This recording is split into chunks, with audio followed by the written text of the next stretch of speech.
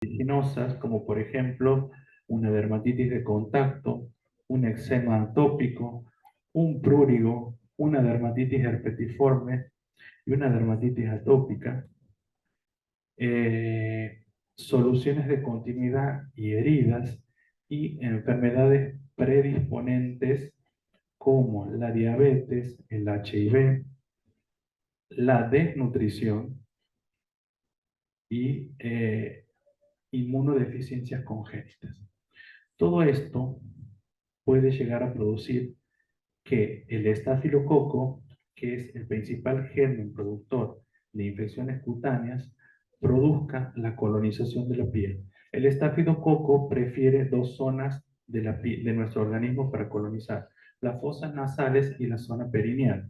Se ha visto que aproximadamente entre el 20 al 40% de la población posee colonización para el estafilococo y a nivel inguinal tenemos un 20%. Bueno, el estafilococo va a empezar a producir infecciones. Retraso, continuando con la charla, me voy a enfocar en las infecciones bacterianas como el impétigo, la escarlatina estafilocóxica y el síndrome de la piel escaldada, foliculitis, forunculosis recurrente y antrax, celulitis y erisipela. Antiguamente, cuando estudiamos esta patología, las dividíamos en streptodermias y estafilodermias de acuerdo al germen que la producía. Hoy por hoy hemos visto que la mayoría de estas piodermitis están colonizadas por ambos gérmenes, por eso esa clasificación ha caído en desuso.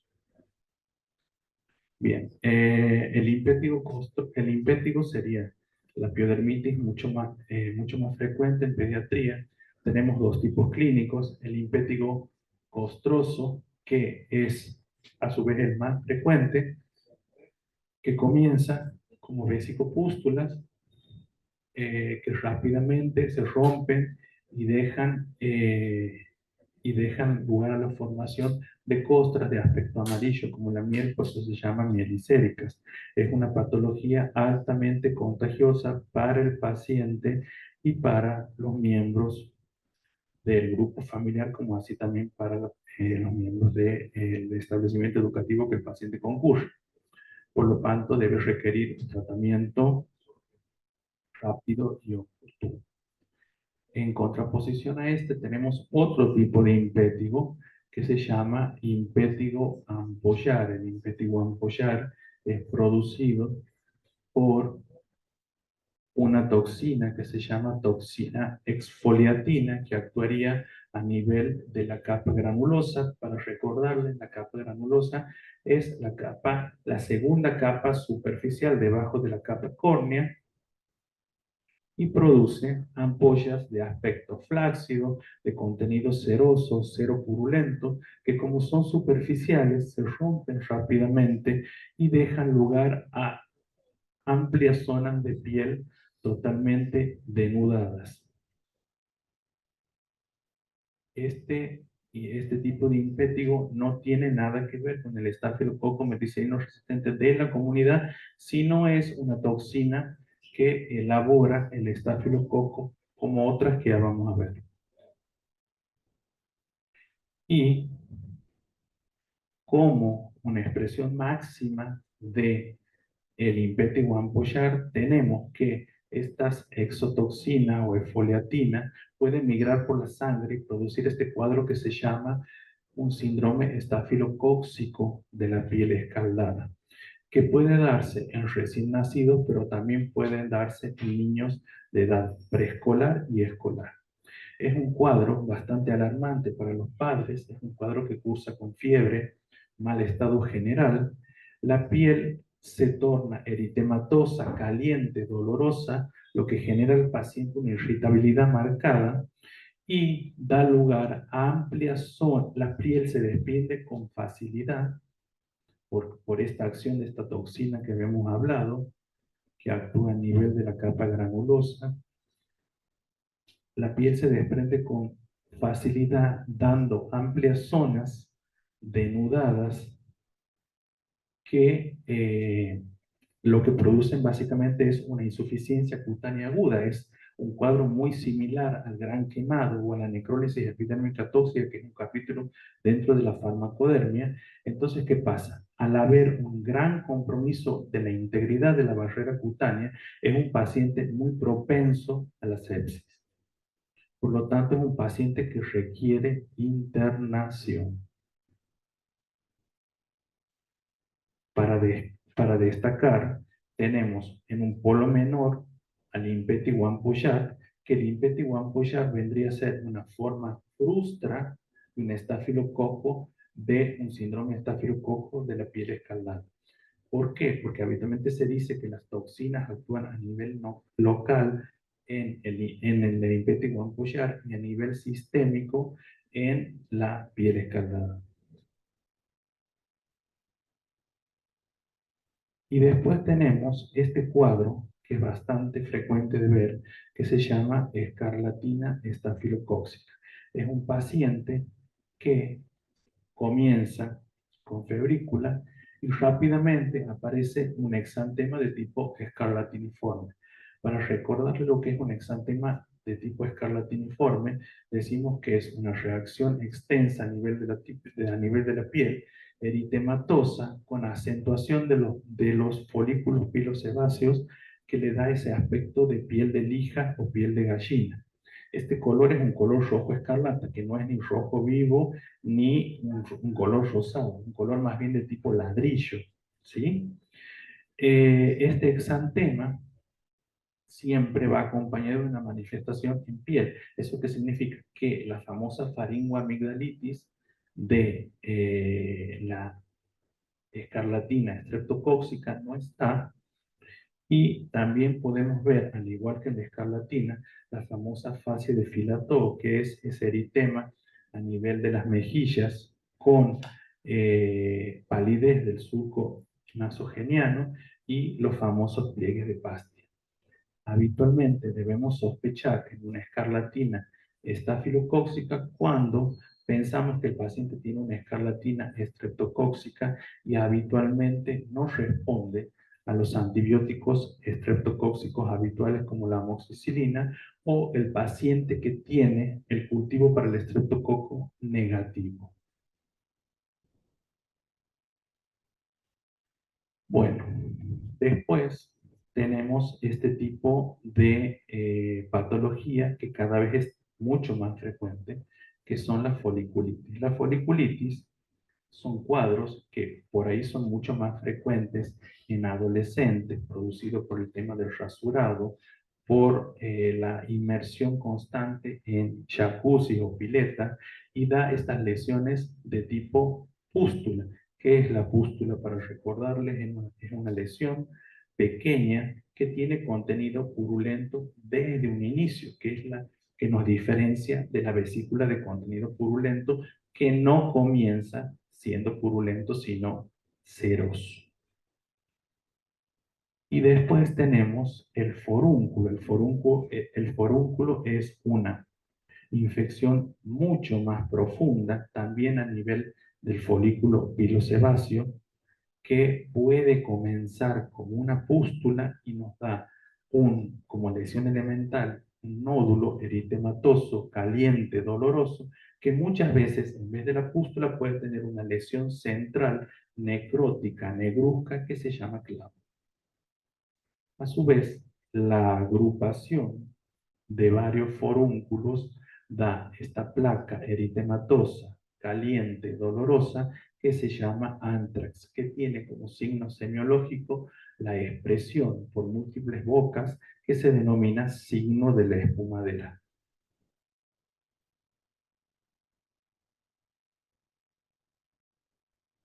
Bien, cuando tenemos un paciente, que es una consulta bastante habitual, con forunculosis a repetición, debemos pensar en dos cosas: la colonización familiar por el estafilococo y una infección por estafilococo meticilino resistente.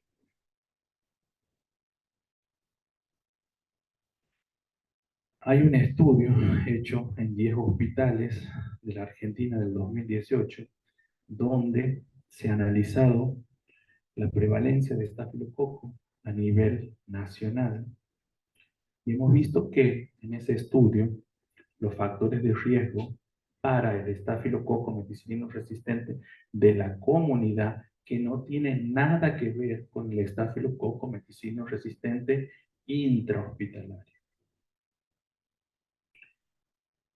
Los factores de riesgo van a ser nivel socioeconómico bajo, hacinamiento, internaciones previas el último año, que no necesariamente necesitan ser por patología dermatológica, antecedentes de enfermedades previas, respiratorias y dermatológicas, tabaquismo pasivo, y en último lugar vamos a ver que aquí está el uso de antibióticos en los últimos 3 meses, donde priorizan el tema del uso de la amoxicilina con ácido clavulato.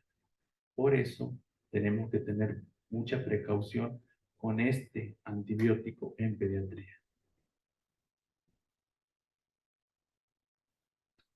Cuando pensamos clínicamente que el paciente tiene un estafilococo meticilino resistente de la comunidad, cuando el paciente presenta infecciones de tipo piodermitis, cualquiera que las venimos analizando, en forma recurrente o cuando distintos miembros de la familia también las presentan.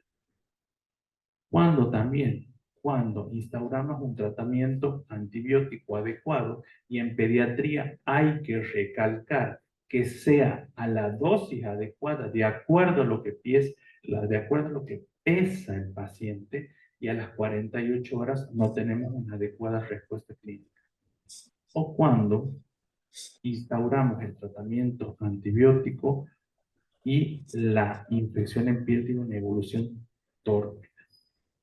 Ahí pensamos en estafilococcus resistente de la comunidad. No tiene.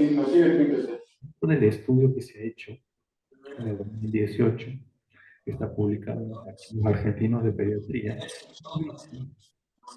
que en todos los pacientes estudiados, el estafilococcus resistente tenía una a la eritromicina.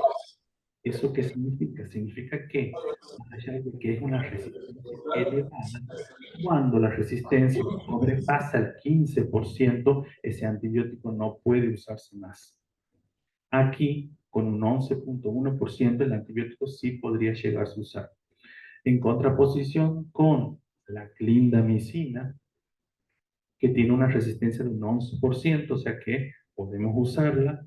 La gentamicina, un 8.4%, y lo que me parece muy interesante es la escasa resistencia a la trimetroprima sulfametoxazol, nuestro querido y antiguo Bactrim, que hoy por hoy es una opción terapéutica totalmente viable para esta patología. Bien, entonces, ¿qué pasa cuando tenemos este paciente que tiene piodermitis a repetición, furunculosis a repetición? Cuando la familia tiene todo ese tipo de infecciones, hay que hacer una decontaminación, que puede ser individual o familiar.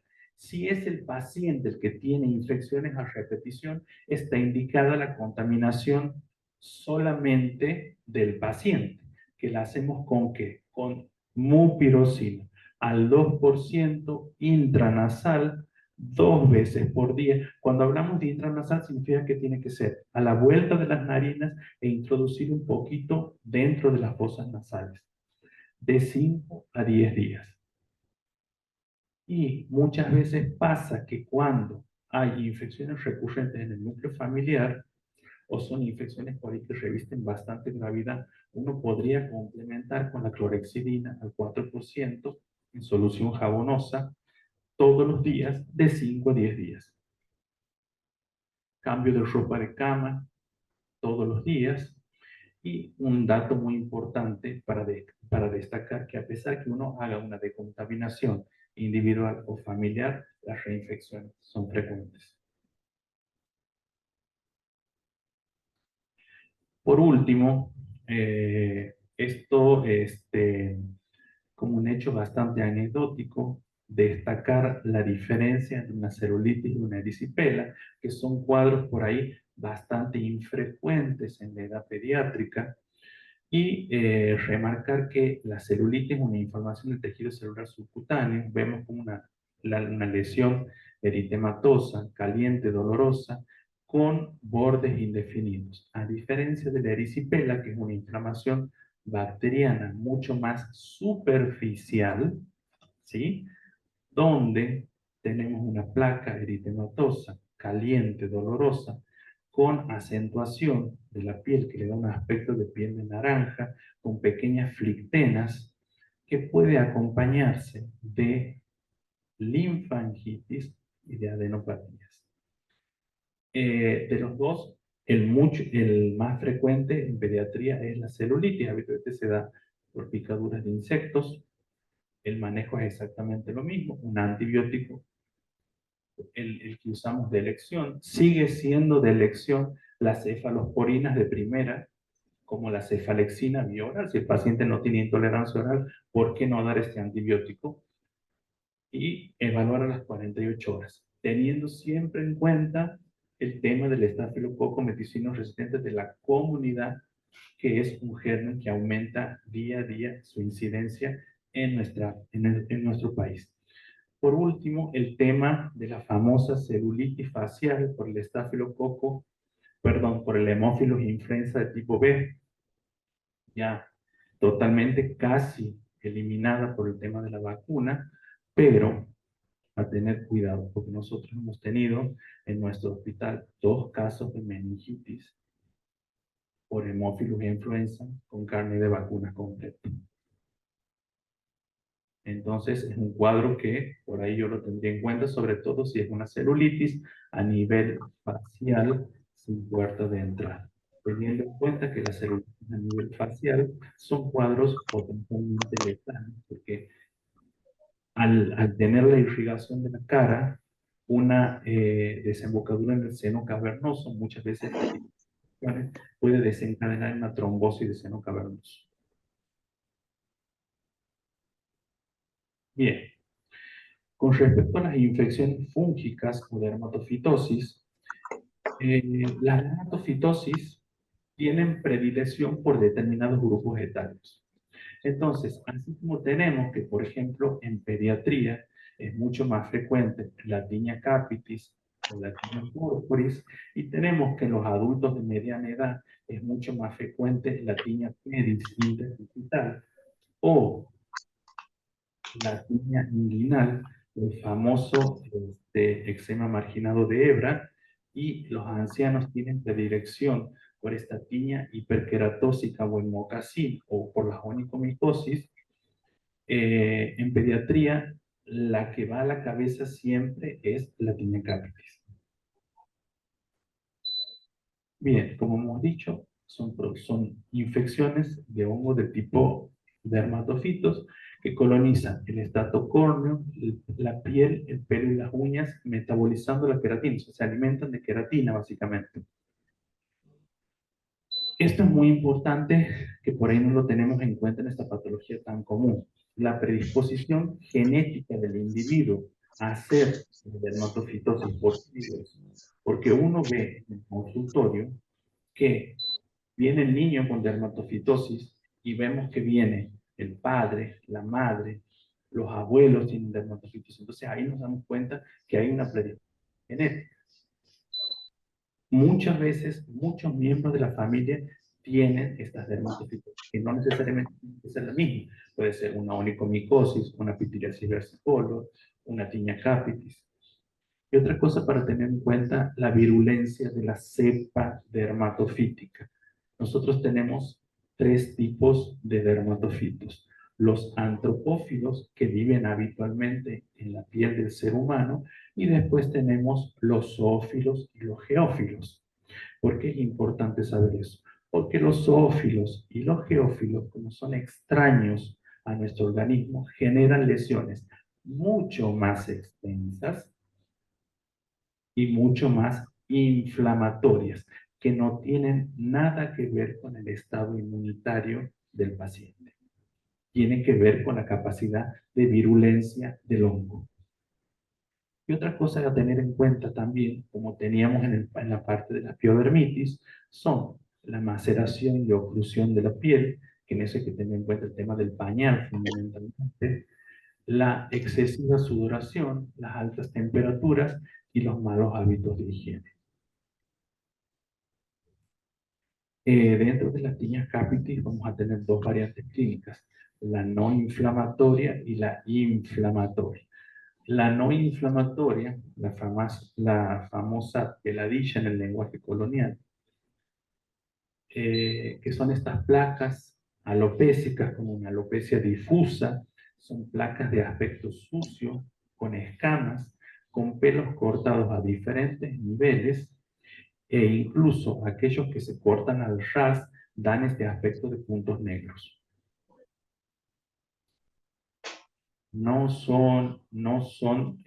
Son altamente oligosintomáticas, no pican, no molestan.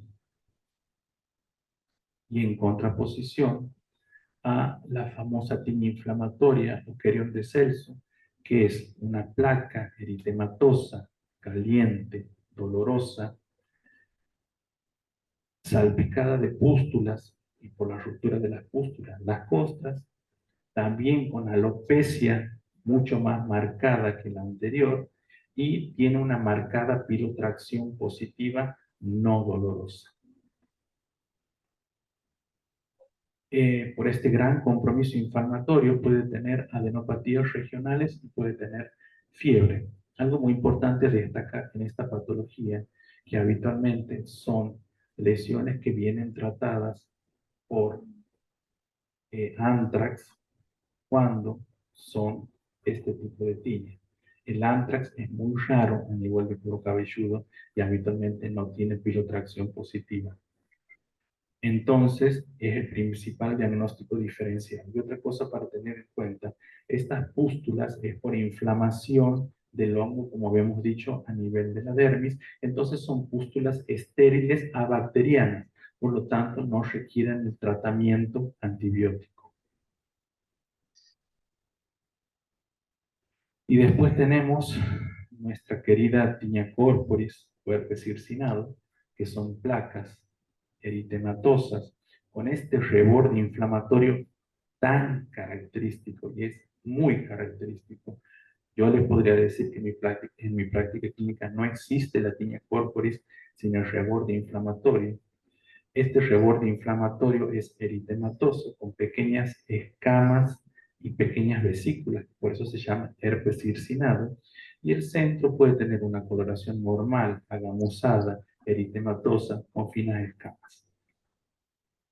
La distribución siempre es asimétrica y las lesiones pueden confluir. Y ahí está lo que decíamos anteriormente respecto al tema de la virulencia del germen, que las lesiones zoofílicas son múltiples y son extensas. ¿Por qué recalco tanto esto? Porque me pasa que me vienen a mi consultorio este tipo de pacientes con el análisis del HIV. Entonces, no tiene nada que ver con el estado inmunitario, sino, repito de nuevo, con la virulencia del germen. Y para finalizar, me gustaría hablarles un poquito de la tiña incógnita. La tiña incógnita sería una tiña corporis que está tratada con antibióticos, con corticoides tópicos. El corticoide tópico altera totalmente la morfología de la lesión dermatofítica, da estas lesiones de aspecto eczematoso. ¿Qué es lo que pasa? Con el uso crónico de corticoides, porque vemos que el paciente no mejora, se produce lo que se llama tolerancia corticoide. ¿Qué es la tolerancia corticoide? Es la disminución de respuesta del corticoide a la administración tópica repetida. Y otra cosa muy importante destacar, ¿por qué, por ejemplo, en este caso, el corticaz o el macril no actuaría en una tiña? El primero y principal, no es un antimicótico, y segundo, los corticoides en forma tópica inhiben la degradación de hongos, porque el corticoide tiene esa función de inhibir la capacidad macrofágica. Entonces, por eso se producen este tipo de lesiones.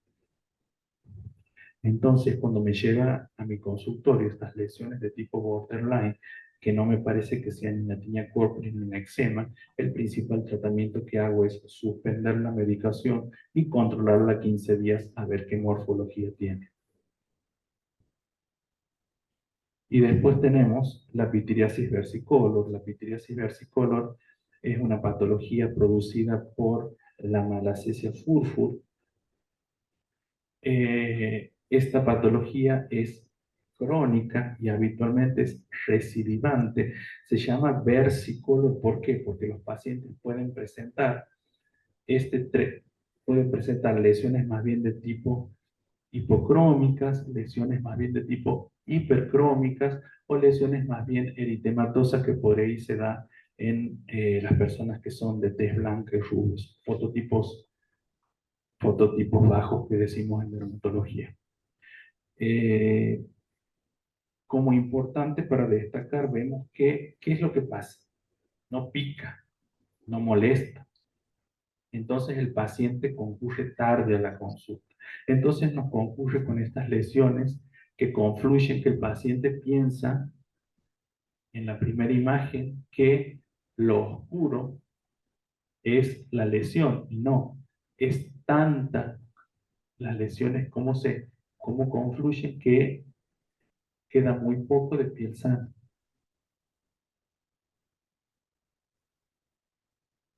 Ahí está lo que hemos dicho. Una cosa para destacar, el tema de la pitiriasis versicolor, si bien hemos dicho que es una patología típica de los adultos jóvenes, los lactantes por contagio de su madre en la lactancia pueden tenerla también y afecta habitualmente en la zona de la frente con pequeñas máculas hipopigmentadas. Y otra cosa muy importante que es no contagiosa. Con respecto al tema de las micosis superficiales, por ejemplo, en el caso de la tiña corporis o en el caso de la tiña capitis no inflamatoria, utilizaríamos todo lo que sea derivados imidazólicos tópicos. De acuerdo a la zona corporal afectada, podremos usar cremas, en el caso del cuerpo, lociones para el cuero cabelludo y shampoo también para el cuero cabelludo. La grisofulvina, un antimicótico muy viejo, descubierto en la década del 50, sigue siendo el tratamiento de elección para la tiña inflamatoria o querión de Celso. La dosis es entre 10 a 20 miligramos kilo peso día, una sola vez al día, con la precaución que debemos indicarle al paciente que debe ser consumido con alimentos ricos en grasa que favorecen muchísimo la absorción. ¿Hasta cuándo el tratamiento? Y habitualmente hasta la cura clínica, que puede variar entre 2 y 6 meses. Y el tema del fluconazol puede usarse como tratamiento en la pitiriasis versicolor, que se usa habitualmente una dosis semanal de 150 miligramos, que lo podemos mantener entre 1 a 2 meses. Yo siempre lo complemento con el tema del shampoo de ketoconazol, sobre todo el lavado de cuero cabelludo y conducto aditivo externo, porque a nivel del conducto aditivo externo hay una mayor concentración de malacesia. ¿Quién te lo informó vos? Estoy escuchando.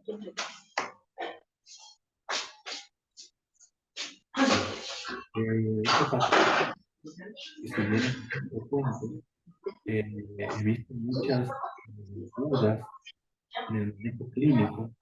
Es una patología que atrás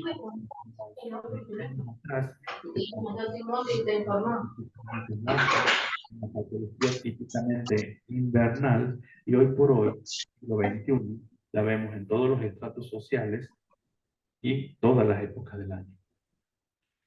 Entonces, cuando estaba haciendo esta parte de la charla, digo, voy a empezar con todos los interrogantes que se me plantean a lo largo de la consulta diaria, que lo vamos a ir resolviendo a la medida que vamos hablando de la patología. Por ejemplo, la sarna del perro se transmite a los humanos. ¿Cuáles son las principales complicaciones de esta patología? ¿Cuál es el mejor tratamiento? ¿La ivermectina o la permetrina? ¿Cómo trato a los menores de 3 meses y embarazadas? ¿Qué pasa cuando el paciente vuelve con prurito y continúa con lesiones? Bueno, de eso vamos a ir hablando. Bien. La escabiosis es una patología producida por el Sarcopte scabei variedad hominis. Con respecto a eso, es una especie que vive exclusivamente en el hombre, al igual que el Sarcopte scabei de los canes, digamos. ¿Qué pasa? ¿Puede parasitar al ser humano? Sí, sí puede parasitar al ser humano. Pero ¿qué pasa? No puede terminar de cumplir su ciclo biológico, por eso se muere. Entonces, ¿qué nos dan? Lesiones de tipo prurigo, pápulas eritematosas o pápulovesículas que terminan ahí. Por eso es importante recalcar al paciente que los animales de la casa no tienen nada que ver como antecedente epidemiológico para esta patología.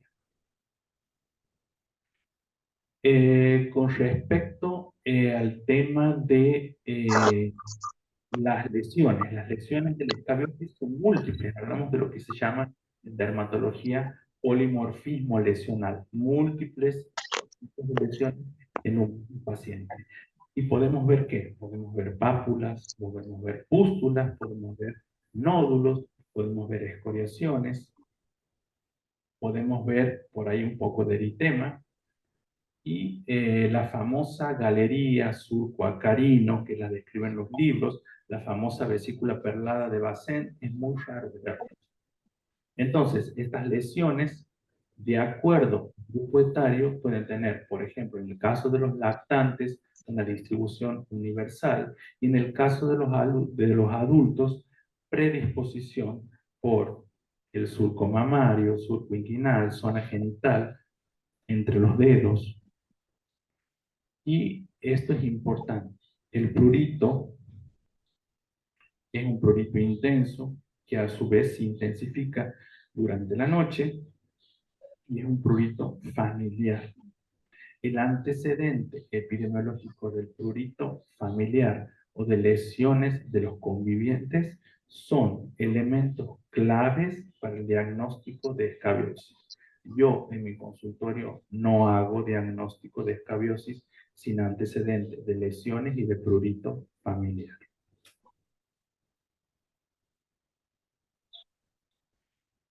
Y esto me estaba olvidando, recalcarles el tema de el ciclo biológico. Vemos que cuando se producen las larvas para llegar a las formas adultas, tienen 2 mudas, ¿sí? Que se producen cada 3 o cada 4 días.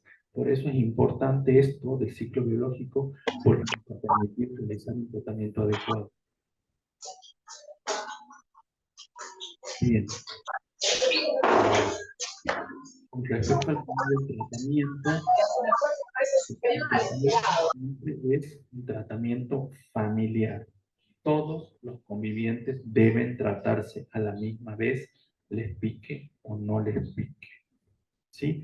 Cuando hablamos del tema, pero hay que tener en cuenta 2 cosas. ¿Qué me pasa a mí en el consultorio?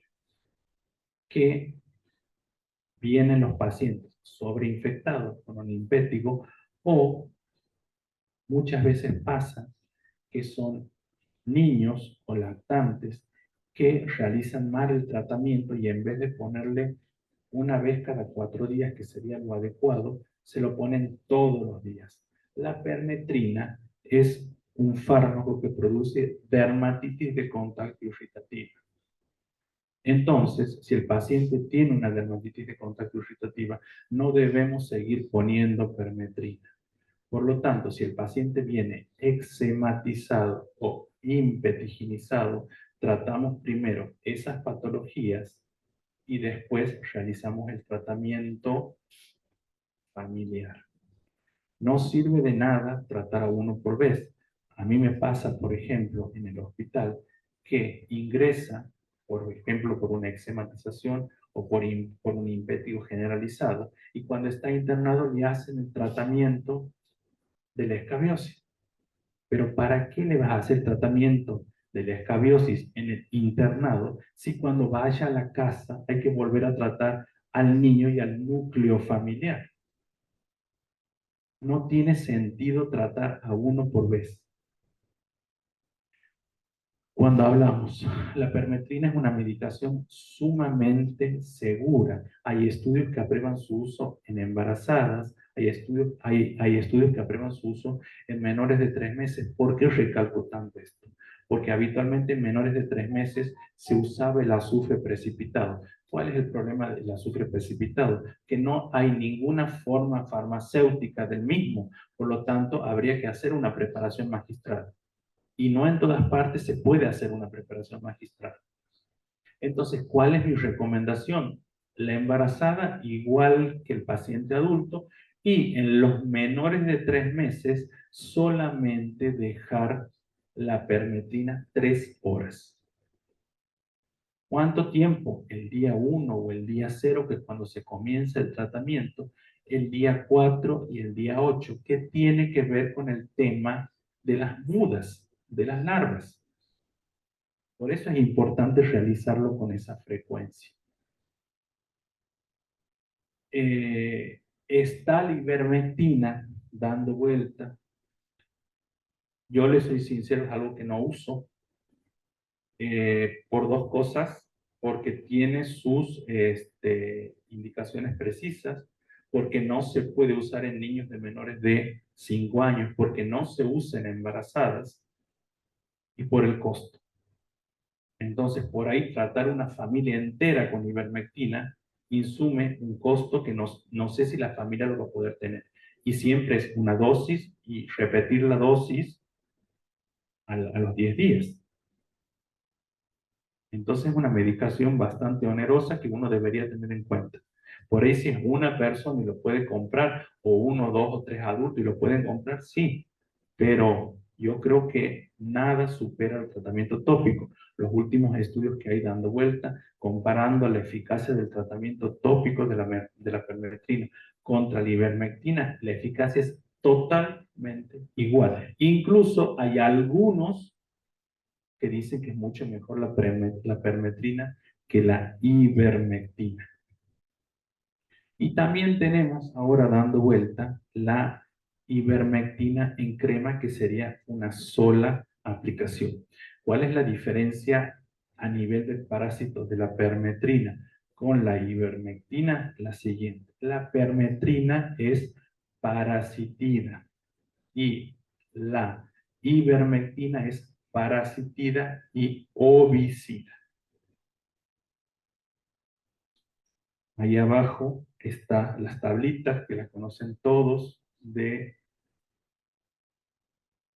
la ivermectina, que la verdad que no me las acuerdo porque no lo uso habitualmente. Yo uso en la parte privada y en la parte pública el tratamiento con permetrina y la verdad que tengo muy buenos resultados.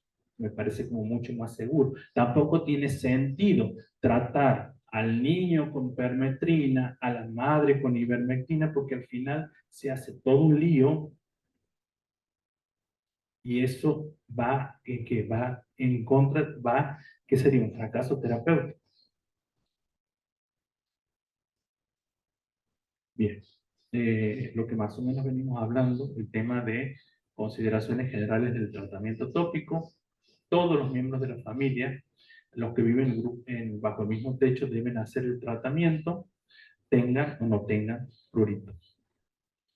Los niños pueden volver a la escuela después de la primera aplicación. Haber tenido sarna no confiere inmunidad para toda la vida. Y el fallo de tratamiento se debe generalmente a que no siguen adecuadamente las instrucciones. Por eso uno debe habitualmente escribirles el tratamiento. Y por las reinfestaciones. ¿Qué pasa? Habitualmente, hoy por hoy hablamos de familias disfuncionales, donde hay un núcleo familiar, pero por ahí la pareja de la persona vive en otra casa. Entonces, ¿qué pasa? Tratamos al núcleo familiar, pero no tratamos a las parejas o a las parejas de los convivientes que viven en otro domicilio. Entonces, estas personas vuelven a traer al parásito de la casa y produce una reingestación. Otra cosa para tener en cuenta, tenemos secuelas de la escabiosis. ¿Cuáles son las secuelas? El prurito posescabiótico y los nódulos posescabióticos. ¿Eso qué significa? Llega al consultorio un paciente después de realizar completamente el tratamiento, nos cercioramos que el tratamiento se ha realizado en forma correcta el día 1, el día 4 y el día 8 y el paciente nos dice, doctor, me siguen picando y tengo estas lesiones en el cuerpo.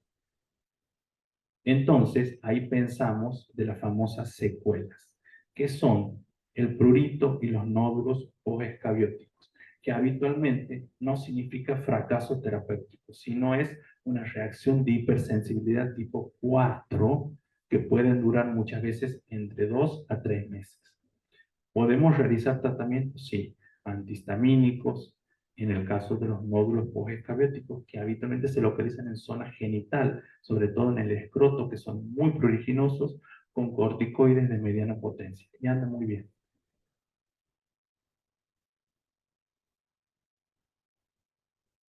Bien, ahora vamos a hablar un poquito del tema de la miasis. La miasis, aquí es importante conocer el ciclo.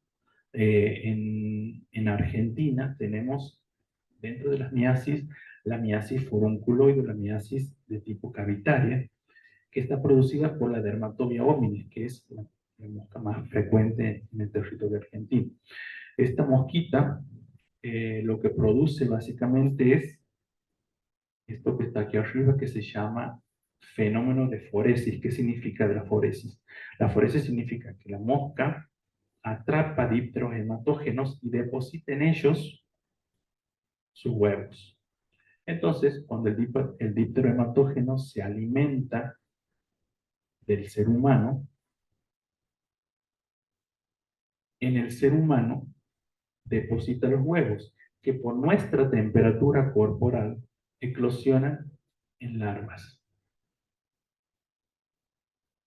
que habitualmente al principio son pequeñas, que pueden introducirse por soluciones de continuidad y otra cosa muy importante, por los folículos pilosebáceos.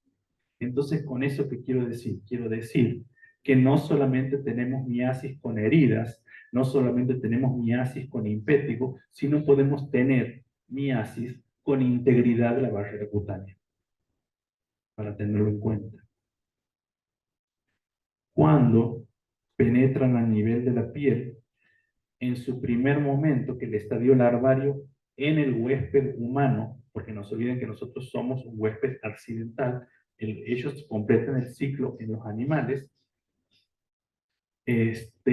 al principio son pequeñas y superficiales, entonces habitualmente hacemos tratamientos de extracción y andamos bastante bien. Pero ¿qué pasa? Esa es la primera. La larva de la Dermatobia hominis tiene una segunda muda y se transforma en este pequeño alien que tenemos aquí, que es una larva que tiene dos garfios peribucales e hileras de ganchos y espinas, que hacen que se introduzca mucho más profundo y a su vez estos ganchos y espinas le favorecen la adherencia a los tejidos profundos de los cuales se va alimentando y dificultan muchísimo más su extracción. Por eso en el caso de esta patología es tan importante saber el ciclo biológico.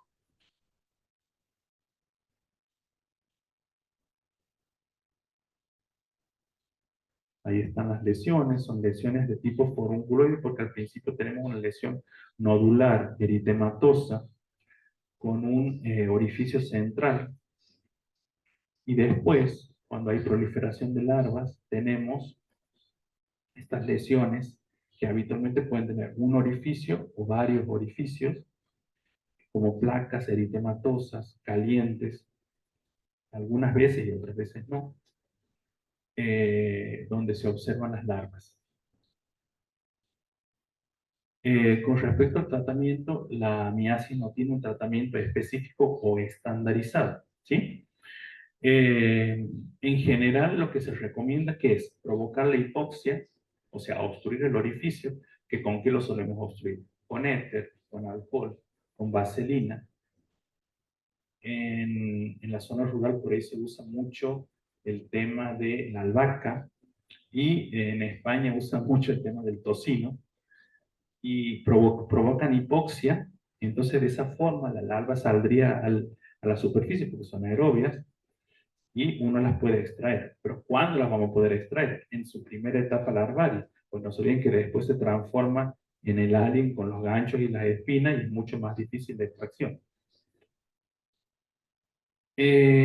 Cuando las infestaciones son extensas, cuando tenemos, por ejemplo, por ahí una miasis de cavidad vulvar, o tenemos miasis orbitaria o de senos paranasales, conviene agregar la ivermectina. En pediatría tenemos el Ibercas. El Ibercas es una gota kilo, dosis única y se podría llegar a repetir a los 10 días, pero no está estandarizado todavía. En casos rebeldes, en el caso de estas lesiones que me hemos dicho con las larvas en su último estadio, podemos realizar una extracción quirúrgica de las lesiones, evaluar el uso de antibióticos si podría haber una sobreinfección secundaria, que en este caso se usaría la amoxicilina más ácido clavulánico, y controlar el carnet de vacunación porque se ha visto que algunas veces las miasis se asocian a tétanos. Bien, para ir terminando, vamos a hablar un poquito de las infecciones virales en pediatría, donde vemos el molusco contagioso. El molusco contagioso es una patología bastante frecuente en pediatría. Se presentan como pápulas eritematosas, color piel o algunas veces de color amarronado en distintas zonas corporales, habitualmente de predominio en la zona del tronco, que pueden llegar a tener o no la famosa umbilicación central.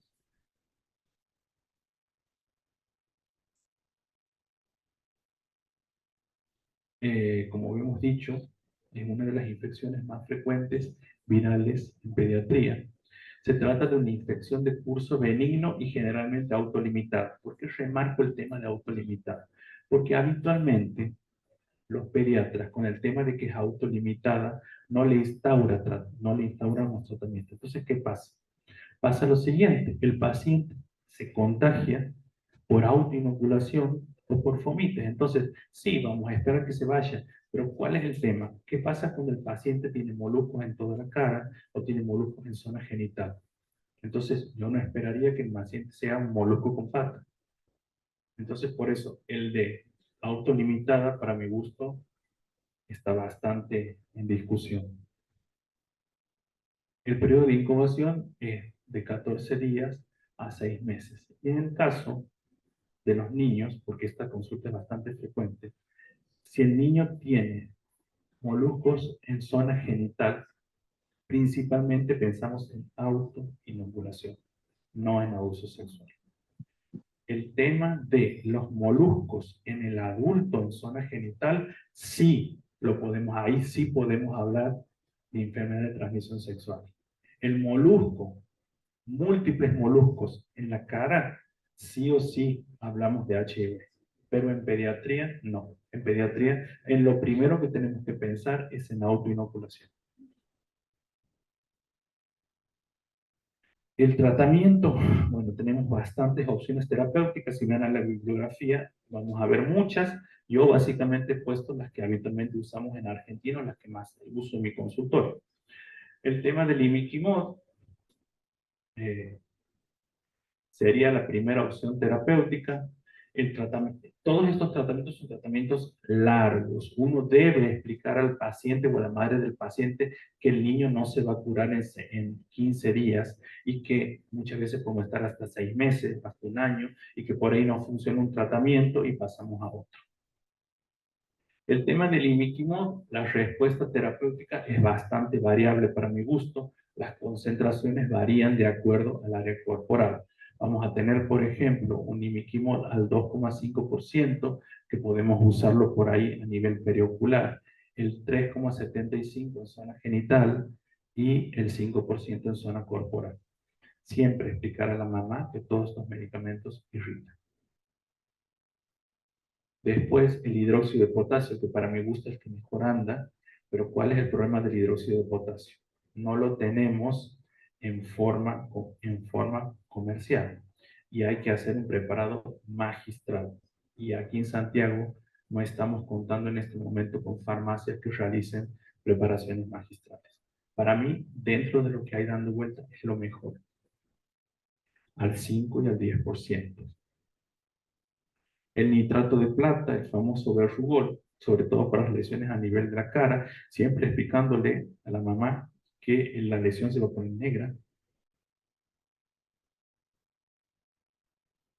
La podofilina, por ahí para usar en lesiones genitales.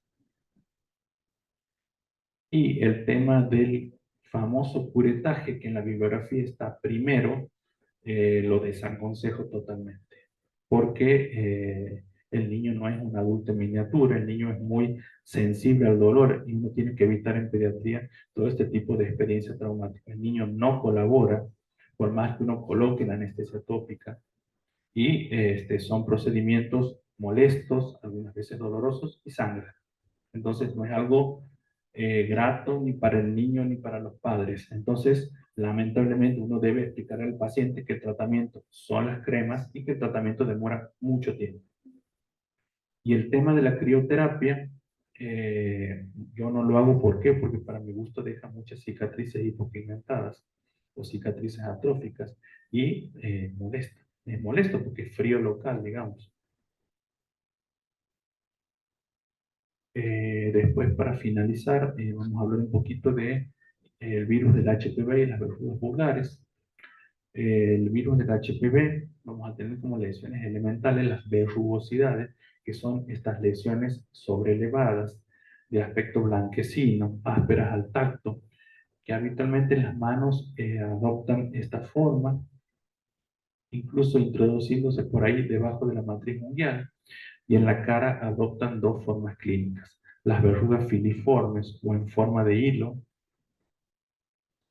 o estas lesiones que son pápulas de color piel o de color rosado, de color amarronado, que no son nada que ver con este tipo de verrugas, totalmente asintomáticas, y a su vez tener en cuenta el tema de las verrugas plantares, si bien son infrecuentes, pueden darse en pediatría, y la característica que tiene para hacer el diagnóstico diferencial con el helioma o callo, que duelen a la compresión lateral. Y otra cosa que se observan en las verrugas, no en el callo, son estos puntitos negros que se llaman que son capilares trombosados.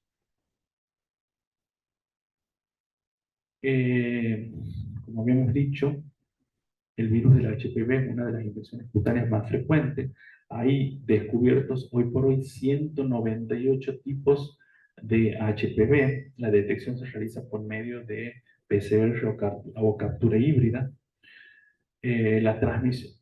¿Qué es lo importante de esto? Lo importante, como yo digo por ahí, el gris o el agujero negro dentro de las verrugas es que todavía no se conoce cuál es realmente el periodo de incubación o el periodo de latencia. ¿Eso qué significa? Muchas veces el paciente puede tener una lesión subclínica y está contagiando. Por eso es tan importante esta patología. Con respecto al tema de los genotipos del HPV, vamos a tener dos tipos, de alto riesgo, de bajo riesgo. Y una cosa que nos va a importar mucho a nosotros también es que si son cutáneos o si son a nivel mucoso. Ahí están todos los serotipos, después lo pueden ver tranquilos. Aquí vamos a ver que, por ejemplo, a nivel cutáneo, lo más común dentro de verrugas vulgares es el 1, 2 y 4, verrugas planas 3 y 10, verrugas plantares 1 y 4, muy parecido a las vulgares.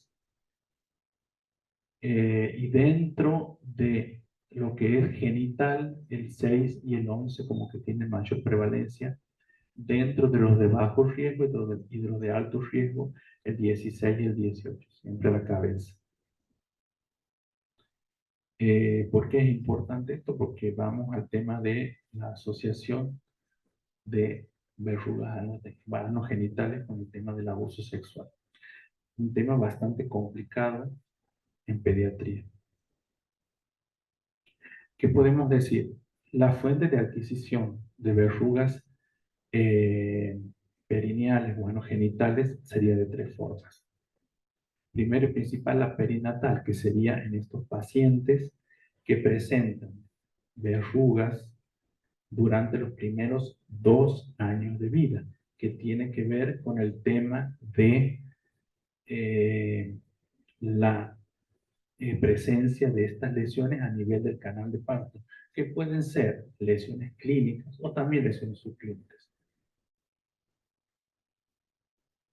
Y aquí hay que tener en cuenta el tema de los serotipos mucosos, por eso hablamos anteriormente de los serotipos cutáneos y de los serotipos mucosos. Obviamente que para saber qué tipo de serotipo tenemos que hacer una captura híbrida, ¿no? Y después tenemos que tener en cuenta el tema de la auto y heteroinoculación, que es cuando el paciente presenta lesiones a partir de familiares, cuidadores e incluso algún tipo de compañero escolar. Y eso sería en el caso de la heteroinoculación y en el caso de la autoinoculación, si el paciente tiene lesiones de verrugas vulgares a nivel de las manos, por ejemplo. Se considera transmisión inocente, pero no excluye el diagnóstico de abuso sexual. Eso es importante. No es todo excluyente. Dice que, entonces, ¿qué pasa? Aquí serían los serotipos cutáneos, porque tranquilamente puede ser algún tipo de abuso eh, por, por uso de manos. Y después, el último para tener en cuenta es lo que el tema genital, que son de lesiones genitales a nivel de los adultos. Se tendría en cuenta aquí también los serotipos mucosos y otro ítem a tener en cuenta, que si bien son importantes dentro del contexto del abuso sexual, no confirman abuso sexual. Con eso que les quiero decir, con eso que les quiero decir es que el tema del abuso sexual es un tema que tiene todo un contexto y no es solamente la verruga perianal. Entonces uno debe tener en cuenta todas estas cosas. O sea, es las lesiones a nivel genital que presuponen un abuso sexual, como en el caso de lesiones HIV, buscar signos físicos de abuso sexual. Y aparte de eso, tener una epidemiología positiva y un medio positivo para esta patología. He puesto al final el tema como para descartar. El tema de la transmisión por fomites todavía está en revisión.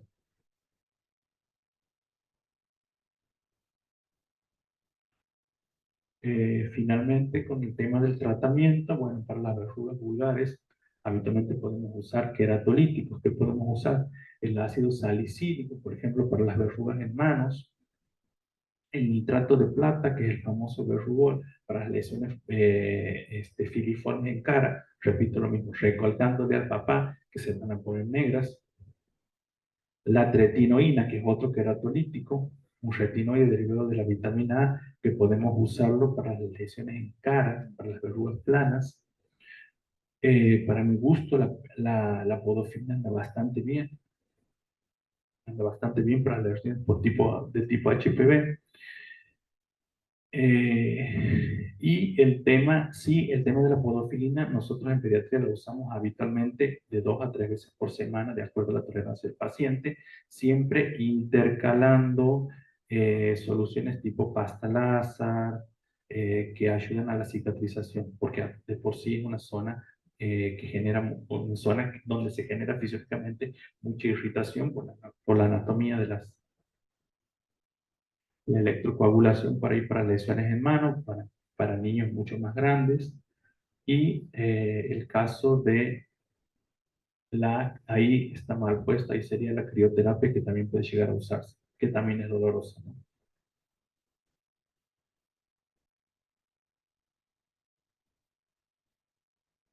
Bueno, muchísimas gracias por su atención.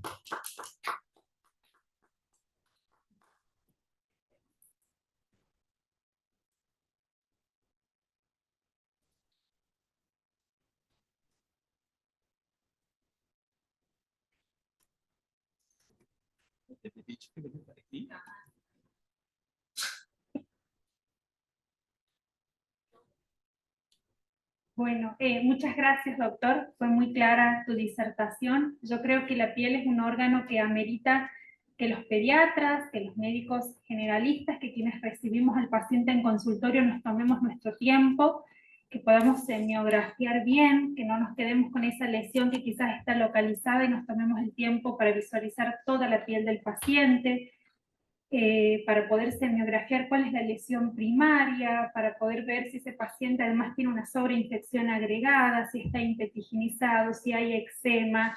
No olvidar revisar siempre las mucosas, tomarnos nuestro tiempo, con qué tratamiento viene, si es necesario instaurar un tratamiento, porque muchas veces si no cometemos más errores en lugar de aliviar. Así que muchas gracias, doctor. Vamos a compartir material teórico respecto de los tratamientos, los diagnósticos.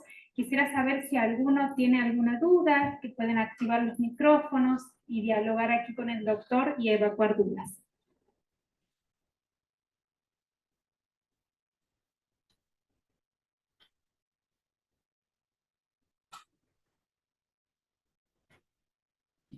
Quiero preguntar, doctor, si en algún caso utilizan tricloroacético, en algún caso puntual de verrugas.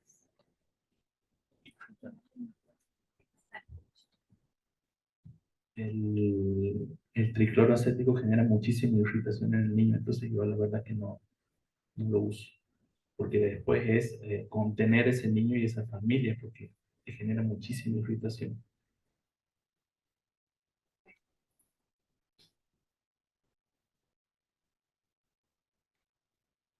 Bueno, no hay dudas o quizás hay, no se animan a hacer las preguntas. Yo tengo una duda, Doc, como pediatra en consultorio y sobre todo como pediatra del interior, que me pasa de ver pacientes respecto a las infecciones fúngicas con tiñas. Tengo una duda respecto al diagnóstico micológico. Hay bioquímicos que hacen los diagnósticos, que pueden mirar, digamos, en microscopio y asegurarnos el diagnóstico. ¿Y qué opinión tenés vos respecto de iniciar ante un diagnóstico certero, digamos, el tratamiento con grisofulvina, o sí tenemos que hacer previamente el diagnóstico? En el caso de las tiñas capitis, creo que el diagnóstico es eminentemente clínico. Si en el caso de que sea una tiña capitis no inflamatoria, iría principalmente por el tratamiento tópico, que habitualmente siempre es una loción más un champú. Y si este tratamiento tópico que puede pasar que no responde en un mes, ahí pasaría, al igual que la tiña inflamatoria, con la grisofulvina.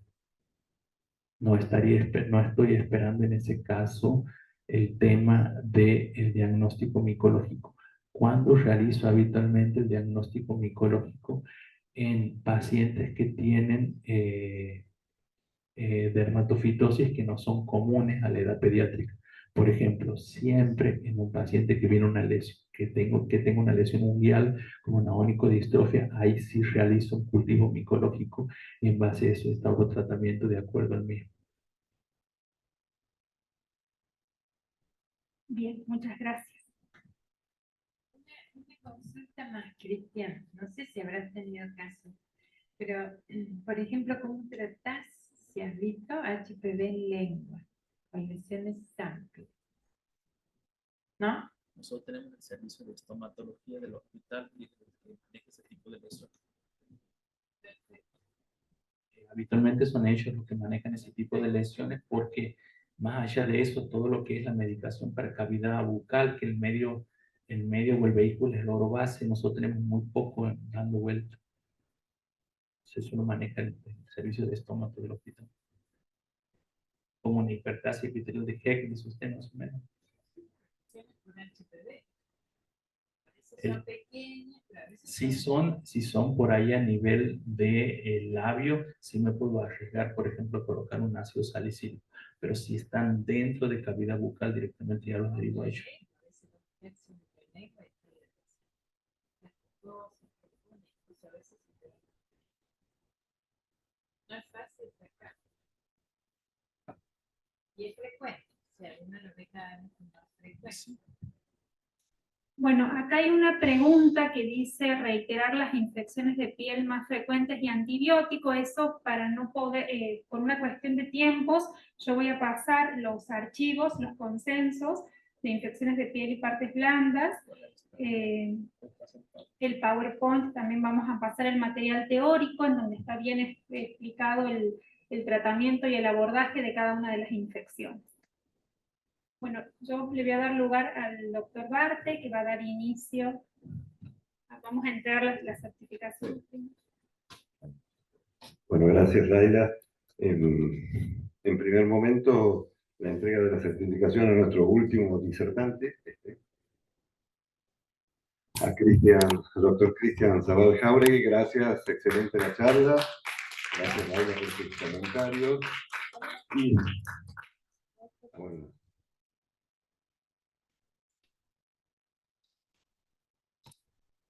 Bueno, y también felicitar y agradecer en nombre, como presidente y en nombre de nuestra comisión directiva, a la doctora Laila Daniel por finalización de este curso de encuentros en pediatría ambulatoria, que cuando lo empezó a soñar a comienzo de año o antes para conseguir los créditos, porque para conseguir los créditos que otorga la SAP para recertificar hay que cumplir una serie de requisitos académicos, en horas cátedra, y en material a entregar a los alumnos.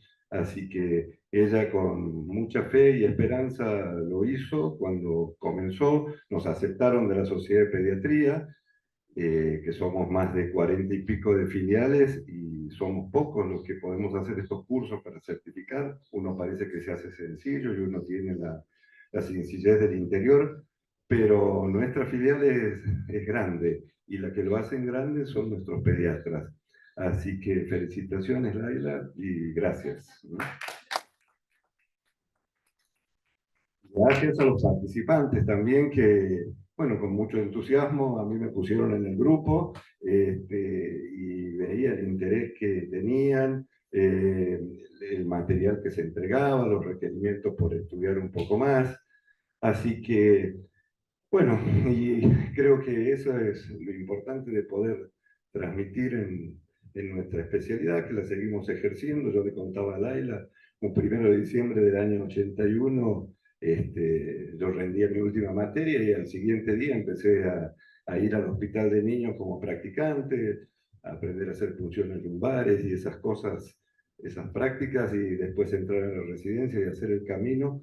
Así que, y bueno, y la alegría de a los 40, a los 41 años de ejercer la profesión, continuar entusiasta y con ganas de seguir aprendiendo, de seguir haciendo las cosas mejor. Así que, y orgulloso de este periodo que me toca ser presidente de nuestra asociación, que más que asociación o sociedad, nos asocia, nos une el bien común, el seguir aprendiendo. Es una sociedad científica que nos toca vivir siempre los distintos momentos del país, los distintos momentos de las situaciones sanitarias, y donde el pediatra o el equipo de salud se enfrenta a cada escenario y tiene que tratar de seguir, o sea, debe seguir ejerciendo su vocación, tratar de prepararse y de dar lo mejor para el paciente y seguir haciendo lo mejor y capacitándose. Así que por eso, con esto de la educación continua, queríamos poner como reflexión final reflexiones sobre nuestra pediatría. Luego de estas palabras, yo quería dar pie a la doctora Nelly Dacusa, que nos comente un cortito su testimonio. La doctora Nelly Dacusa tiene más de 92 años, ha sido directora región, ha sido presidenta de la Sociedad de Pediatría de Tucumán y tuvo la delicadeza y la voluntad de pedirme inscribirse en este curso, y ella lo ha hecho, ha participado por Zoom en todos. Además, ella hace un tiempo ya es no vidente y cuando todos le decían, doctora, no va a poder estudiar más, ella logró hacer un programa para poder seguir estudiando y leyendo con la computadora. Así que si está conectada Nélida, sería un gusto darle la palabra en cuanto logremos volver a tener el Zoom. ¿Bien?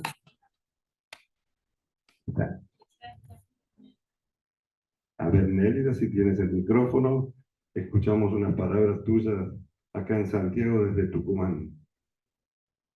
¿Se puede?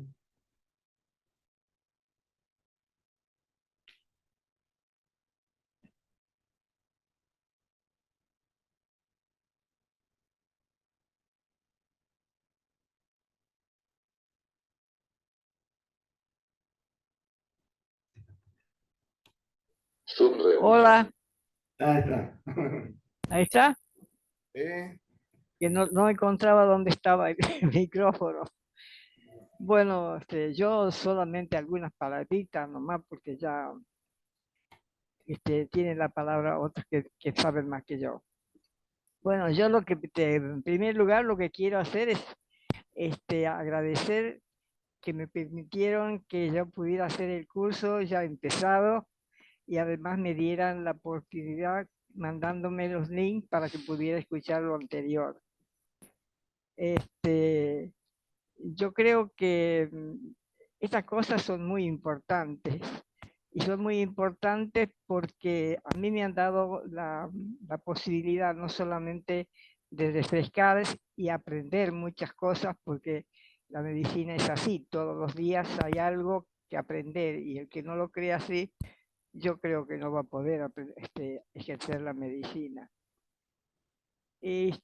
Por eso es que yo me pongo muy contenta de que se hagan estos cursos, y sobre todo que sean los docentes del lugar. Es decir, que ya poco a poco vamos creciendo, y estas cosas nos hacen crecer más, porque, bueno, nos hacen estudiar, nos hacen investigar para dar lo mejor a los que están haciendo el curso, y no estar dependiendo tanto de Buenos Aires o de otros lugares que a lo mejor nos dan la idea del lugar de ellos y no lo auténtico nuestro. No sé si me explico. Y eso me ha dado mucha satisfacción. Yo digo que la pandemia ha sido muy severa, muy grave, pero nos ha dado la oportunidad, por lo menos a mí, de poder hacer, aunque no crean, varios cursos juntos. Es decir, desde mi casa, que sin salir de mi casa he podido hacer este año el curso que hizo Jujuy, el que hicieron ustedes, el que hizo la Sociedad de Pediatría de acá de Tucumán. He podido hacer congresos, las jornadas de los 7 días las jornadas de 7 días que tiene la Sociedad de Pediatría, y he podido hacer congreso. Vale decir que de alguna manera me he beneficiado, porque de otra manera no hubiera podido hacerlo. Más que nada, sobre todo por mi condición de ser una persona ya con discapacidad. Y por otro lado, ya soy muy viejita, ya tengo 97 años y he cumplido ya más de 70 años de médico y de sociedad de pediatría. De modo que no saben lo que les agradezco. Disculpe, porque yo ya viejita empezamos a moquearnos un poco cuando hablamos.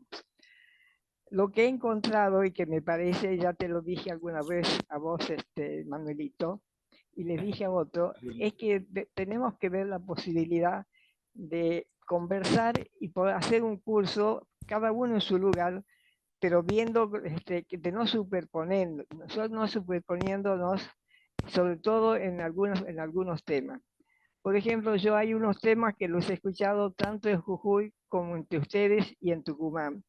Y a lo mejor hubiéramos podido ahorrar tiempo y lugar y aprovechar lo que tenemos tanto en docencia y en investigación. Y por otro lado, quiero hacer una reflexión que nos tiene preocupados a todos en la Sociedad de Pediatría y en especial a las personas ya media grandecitas. Y es que no sé por qué, aunque uno lo puede presumir, es que antes sobraban, es decir, sobraban las personas que se inscribían para hacer las residencias y hoy en día sobran los cupos. Me imagino que son problemas económicos, no sé. Y por otro lado, que no ven a lo mejor la necesidad de hacerla para poder ejercer la medicina, porque no les exige tanto el gobierno como las obras sociales para que puedan tener una medicina de calidad. Yo no sé, esa es una gran preocupación. Creo que por ahora es la mejor manera de aprender pediatría, es la residencia. Es un poco dura, pero yo creo que los que no hemos tenido la posibilidad de hacerlo, porque yo en el año 51 que me recibí, no existía nada de eso, éramos todos autodidactas y la medicina estaba cambiando tanto que me acuerdo que con la Elsa Moreno nos poníamos por la noche a estudiar porque no sabíamos nada. Era una medicina muy rudimentaria y además cambiaba todos los días.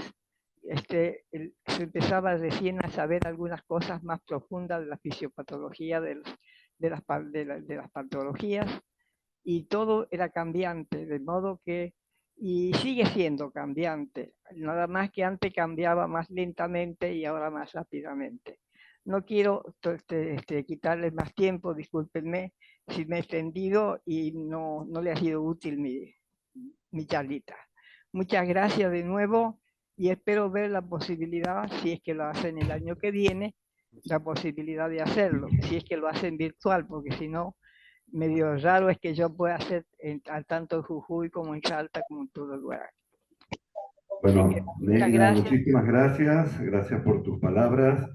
Lo de los temas que simultáneos, eso depende de la región NOA, que espero que siempre hemos sido unidos con Salta, Jujuy, Tucumán y Catamarca, y espero que podamos conciliar y poder hacer más cosas en común. El año que viene es la jornada regional del NOA en Jujuy, pero espero, como te prometí, que el año que viene podamos hacer una jornada provincial de salud infantil y podamos vernos. Así que gracias por tus palabras. Yo me quedé con una imagen en YouTube que habías dado vos cuando cumplías 50 años la residencia de Tucumán y tenías 92, así que veo que de ahí pasaron más años todavía. Así que, bueno, muchísimas gracias. Ahora, la por idea favor, era tener también en este cierre unas reflexiones acerca de lo que es ser pediatra rural en nuestra provincia, en nuestro país, y le había pedido al doctor Padial que se conecte por Zoom o esté en forma presencial, y no lo pudo hacer, así que solo nos envió un audio en cada colegio médico, un poco a mi persona y a todos, así que no sé si Nacho, que hace maravillas con la tecnología, lo logra conectar para que compartamos una reflexión acerca del pediatra rural.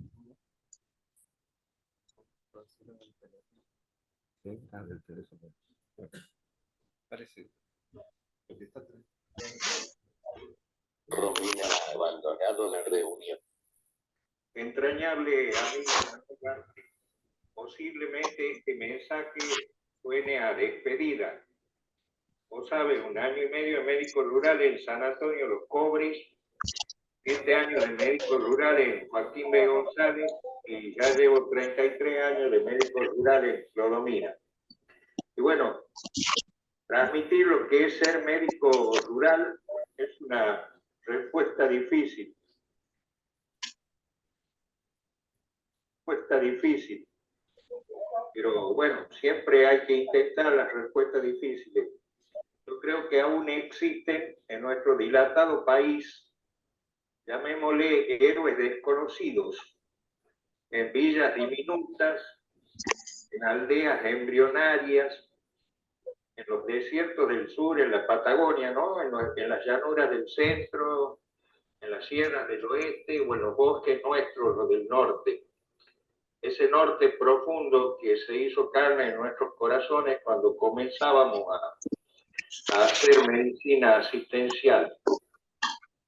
Los médicos rurales, y siempre aliviados de toda vanidad, siempre con enorme capacidad para el sacrificio, que a veces asombra y muchas veces emociona, porque cumplimos estoicamente con el deber asistencial, sin pensar en títulos académicos, y menos en honores oficiales u oficiosos. Y tampoco en el porvenir incierto, en la seguridad de su propia existencia, o en la paz para una vejez digna. ¿Cuántos años de lucha, hermano? ¿Cuántos años que les espera a tus nobles egresados? Y sobre todo si se dedican a la asistencia pediátrica rural. Yo creo que los años no cuentan, Manuel, para un médico rural lo que cuenta son las leguas, los kilómetros, lo que vale son las distancias, los caminos, las cuestas, los vados, las pendientes. Y también sabemos que nuestras distancias están llenas de tiempo. Para nosotros, para los médicos del campo, el espacio es superior al tiempo. Lo que nos envejece no son los años, son los caminos recorridos, sufridos y también muchas veces, yo te diría infinidad de veces, llorado cuando no podemos resolver los temas de la gente. Manuel Barce también va mi homenaje a vos, porque también fuiste un médico rural en Mina Aguilar, en ese Jujuy, cercano a esa Salta que tanto amamos. Vos también fuiste un pediatra rural, yo puedo dar fe de eso. Abrazo, amigo, que tengan un feliz egreso tus muchachos. Un abrazo, pronto podemos estar juntos en algún otro momento. Bueno, quería compartir la reflexión, el sentimiento, y en este acto final le vamos a dar la palabra ahora a la doctora Ana María Soria, la miembro del Consejo de Evaluación Profesional, nuestra jefa de cátedra, primera jefa de cátedra de la Cátedra de Pediatría de Santiago del Estero. Así que, bueno, un gusto que disfrutemos este cierre nosotros con los pares. Muchas gracias. Muchas coincidencias, ¿no? Yo también he sido médica rural. Cuando terminé Tucumán, vine 2 años y medio al medio de la nada, en el departamento Moreno, recorriendo alturas de tierra de esta silla, y creo que ahí aprendí medicina. Bueno, buenas tardes. Manuel siempre tiene estas cositas, ¿no? Antes me avisaba con 24 horas de tiempo, 48 horas, y en minutos me avisa que hay que cerrar el año lectivo de la Sociedad de Pediatría. Así que gracias, Manuel.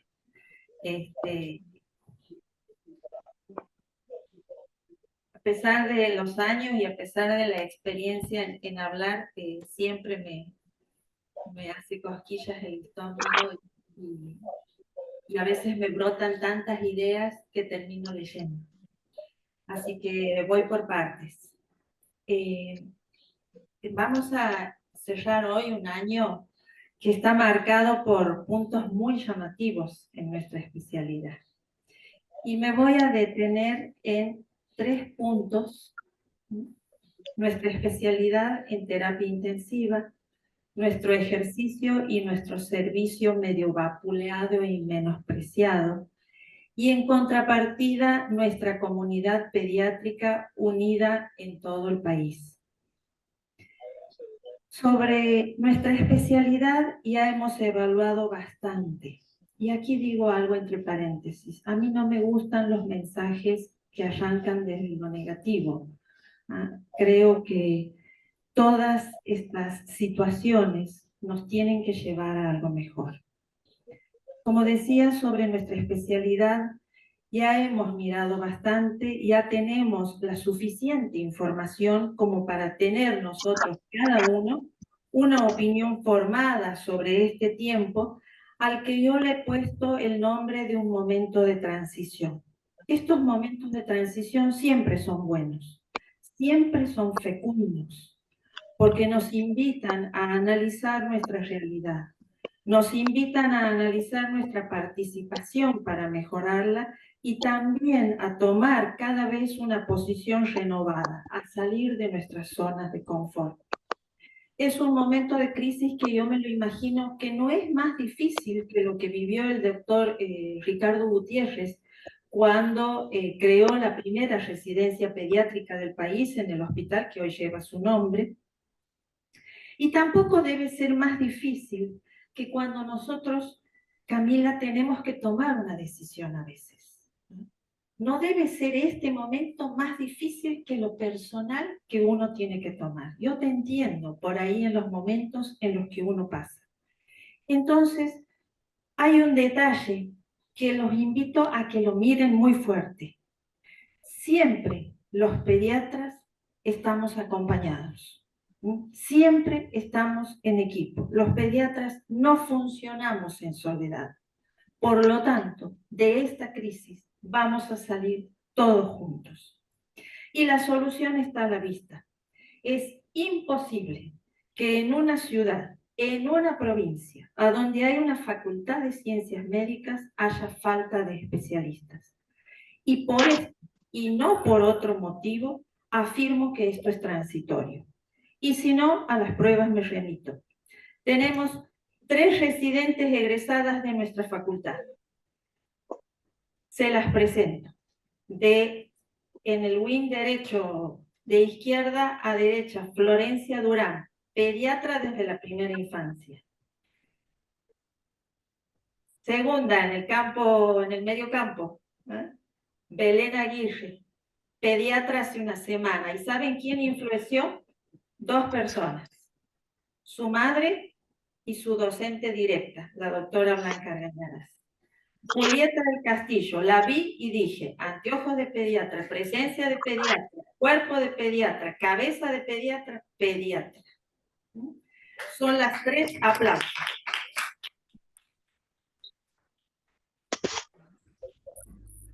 Aquí con ellas nos toca a los docentes del pregrado y del posgrado cumplir nuestro rol como debe ser. Si uno los encuesta por qué eligieron quedarse, los motivos se repiten, dichos por los egresados de nuestra PFO. Somos organizados, trabajamos en equipo y estudiamos. Cuando les preguntamos a la totalidad de los alumnos qué les llamaba la atención del dictado de la materia clínica pediátrica, son unánimes. Transmitimos pasión.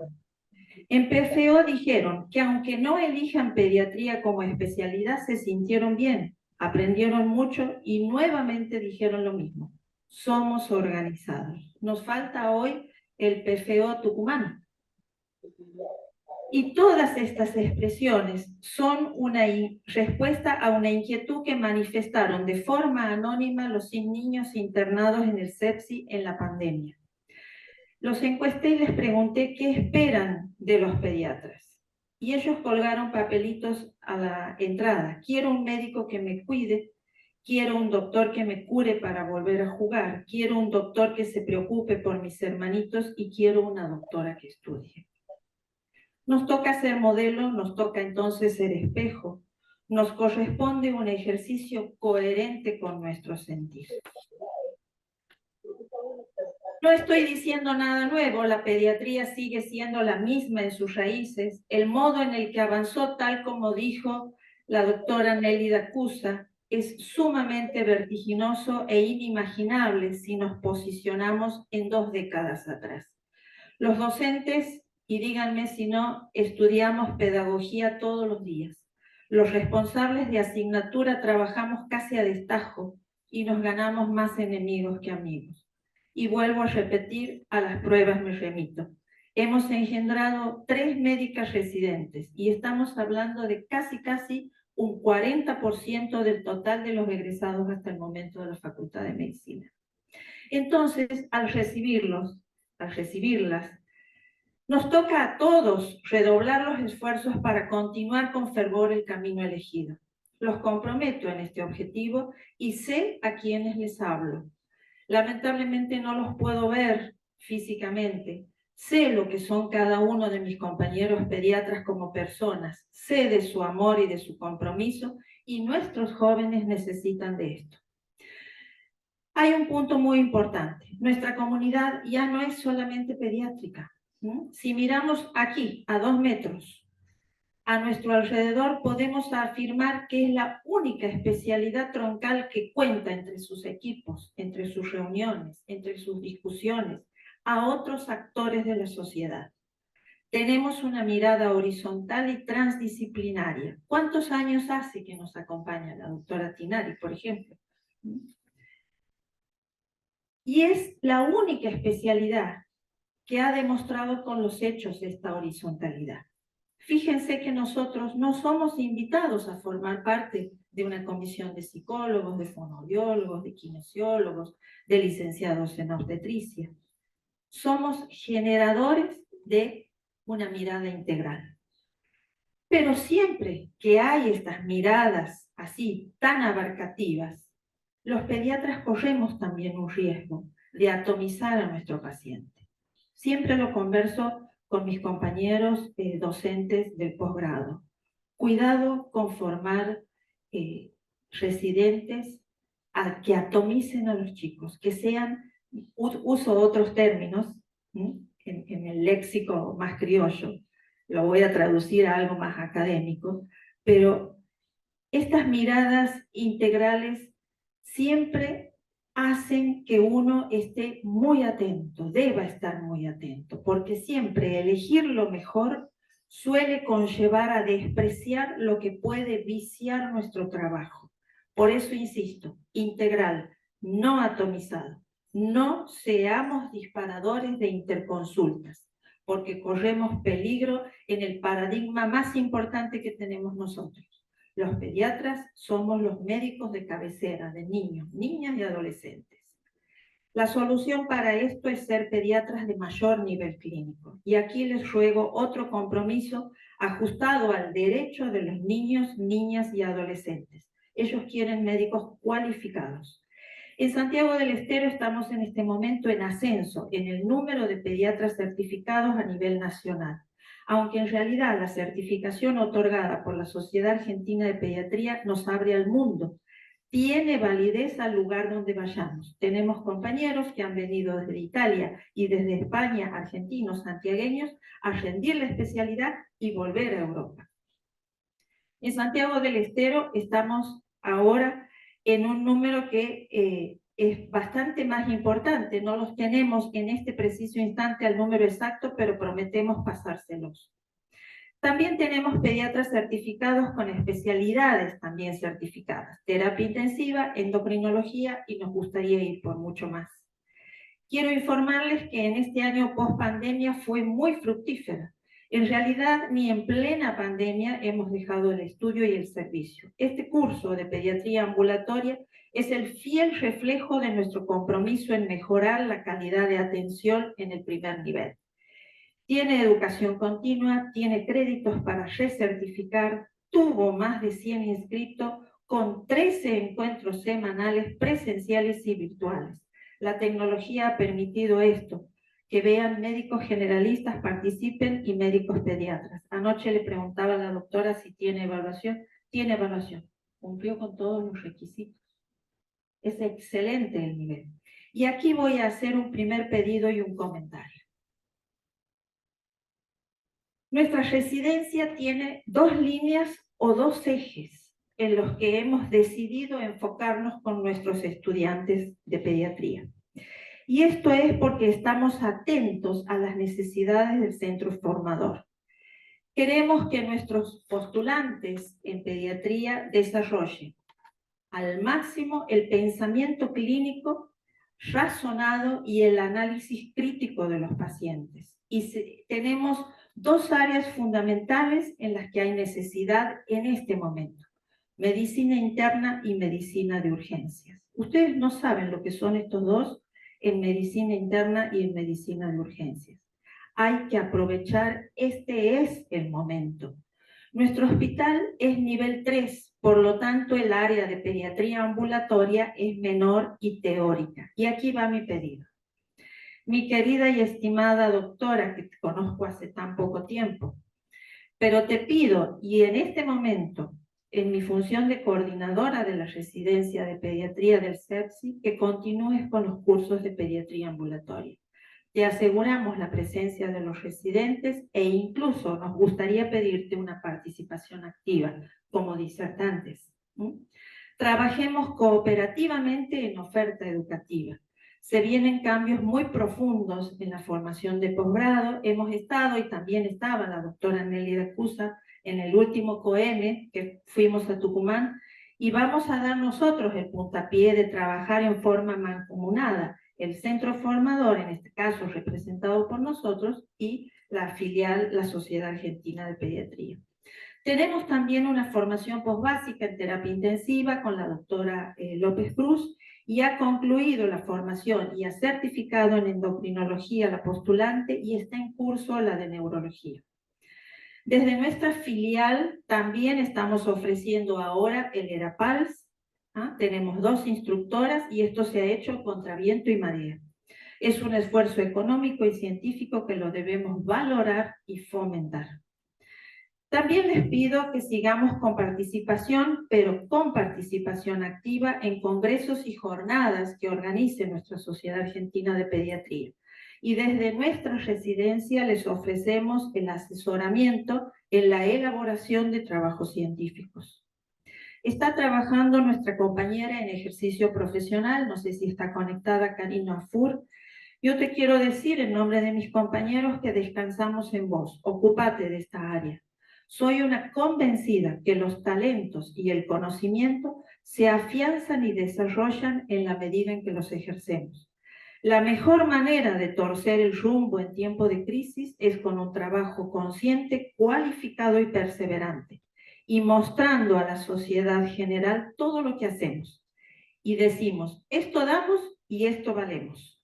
Nuestra población tiene que estar informada, Manuel, de todo lo que estamos haciendo por y para ellos. Nuestra sede es una sede de puertas abiertas. Problema que hemos planteado, problema que se nos ha escuchado.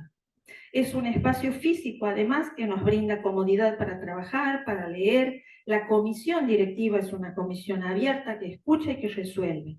Y Manuel, como presidente, es una persona que deja trabajar, que reconoce y que valora los talentos. Así que cada uno de ustedes tómese fuerte de su propio talento y hágalo prosperar. Así nos disfrutamos todos y servimos de la mejor manera. Hoy no quiero dar detalles, salvo que Manuel lo diga, pero estamos comprometidos en otra oferta diferente para el próximo 2023 para ustedes y para los médicos que atienden niños. Esto será motivo de otra presentación tal vez o de otro encuentro, pero les pido que nos acompañen en este ambicioso proyecto. Es digno de remarcar la eficiencia y la amabilidad de nuestra nueva secretaria, la señora Mariana, y estamos muy contentos con su trabajo, Mariana. Bueno, nos conocemos mucho y tanto en el pre y en el posgrado, a cada enfermedad, a cada síndrome y a cada situación que se vive, trato de descontracturarla desde mi otra pasión, pero esta se lo dirijo a mi residente de segundo año. En el partido de ayer, te aseguro que no has visto el brazalete, ¿o sí? Bien.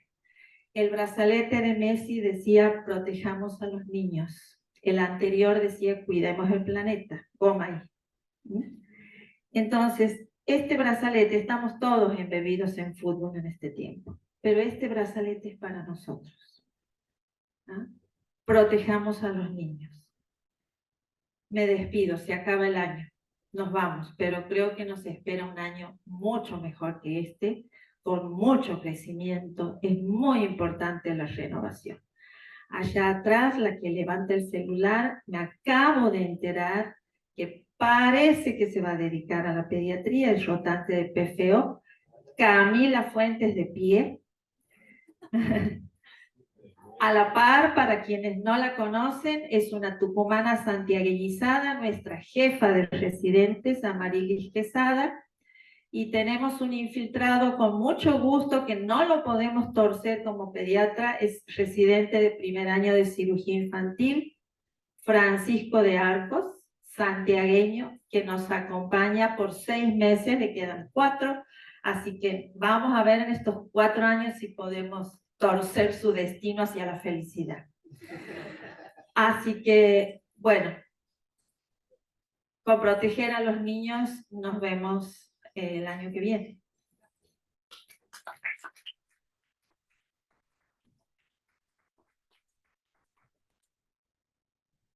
Muchísimas gracias, Ana. Algunas palabras, Laila, de cierre, como médica joven y todo lo que hemos... Joven, Dios, gracias. Pues, ¿está Nelida Cusa todavía?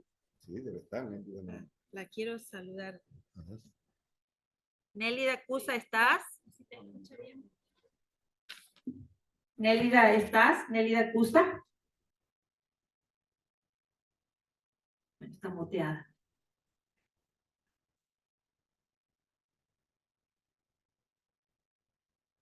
¿Está habilitada? No, está muteada. Bueno, Nélida, aunque seguramente me estás escuchando, de la residencia en la época de Resónico, del Estela Di Cola, de René Tolava, te saludo con muy gratos recuerdos, con mucho agradecimiento, con mucha gratitud, y eres siempre la misma, así que para mí es un orgullo decir que cuando hice la residencia eras la directora del Niño Jesús. Un gran abrazo, la verdad que me emocionas.